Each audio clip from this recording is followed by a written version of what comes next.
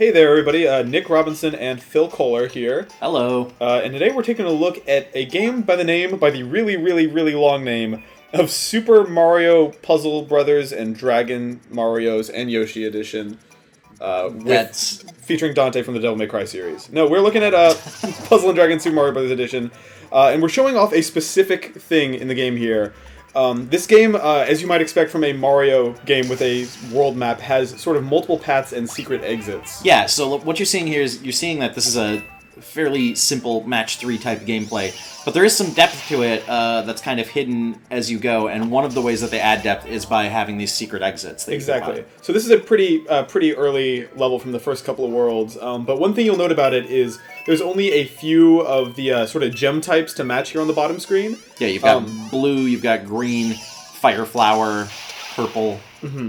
And if it seems like we're doing relatively small or short combos here, that is actually by design. One of the weird things about this level, and you'll see it here in a stage or two, is we've got a bunch of skills equipped, and those skills are refilled by taking as many turns as possible. Yes. Or doing as many attacks. So you can't just like make a move that doesn't combo. That won't fill your skill meter. So what we're trying to do is basically stall for time to fill up one of our skills that's going to end up being very relevant later on in the stage. You'll see, I guess you might have seen on the mini-map that there were some warp pipes later on in the stage. And the way you get into those warp pipes requires some pretty like tricky, sophisticated, not necessarily intuitive strategizing, I guess you could say. So we're about to avoid comboing with this penguin suit thing, and instead do the weakest, crappiest little combo possible. You healed up a little bit. Sure. That's important. Got to keep your health levels high. Keep your Marios happy. Your Marios, keep them happy. Keep Marios happy. So we're looking at our skills there. Still not quite charged for Yellow Shell. What we're going to do, just to kind of reveal our technique here, there's 2 warp pipes that you'll see here in a little bit. One of them is you enter by doing a green combo, which is really easy to do. There's green sort of gems everywhere on the screen. The other one requires yellow to enter. It's a yellow warp pipe. And we're not seeing any yellow gems. We sure aren't. And so that's kind of the tricky thing here, is you kind of have to step back from the stage and be like, how would it be possible for me to make a combo with yellow gems without any in the stage natively? And so this gets into some of the strategizing of this game in general, which is when you enter a level, you're picking who's in your party, and you're picking sort of what skills they have equipped. Right. So when you know that this exit is here and that you're going to need yellow gems, you're going to specifically pick someone who has an ability that can create yellow gems. Exactly. And that's what we're kind of ramping up to now by trying to slowly fill the skill meter.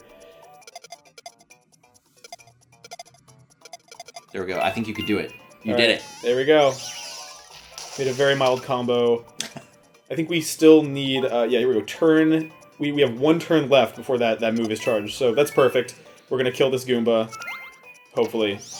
One day you're going to kill this Goomba after it tackles you for the 15th time. Yep. Well, what's interesting is, this is a pretty high-leveled character, so we have a ton of health. We're not really threatened by him, and it's kind of an interesting exercise in restraint here, trying to stall and not kill these very, very low-level Power Goombas. Yeah. So there we go.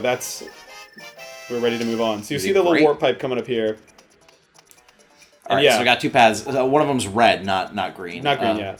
But that one will be easy. Mm-hmm. Instead, we're going to use the yellow shell ability, which causes a bunch of these yellow gems to pop up into existence. And specifically what it does is it turns red gems into yellow gems, which is perfect for our situation here. And so that's kind of how you get to this underwater area. Nice. And now this is going to... You're going to continue along in the level through this underwater area, but it's going to exit you in a different path than you would have normally. Yeah.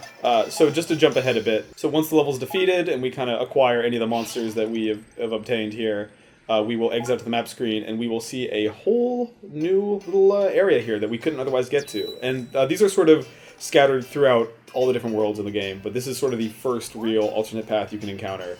So we'll head up there. Yeah, and so basically this means there's a little bit more to the game than just following along the straight path and just doing everything that you would normally. So yeah, here we are, and it's still a level that we are vastly over-leveled for. It's not anything crazy, but it is like sort of additional side content that you can't really get to without some cunning.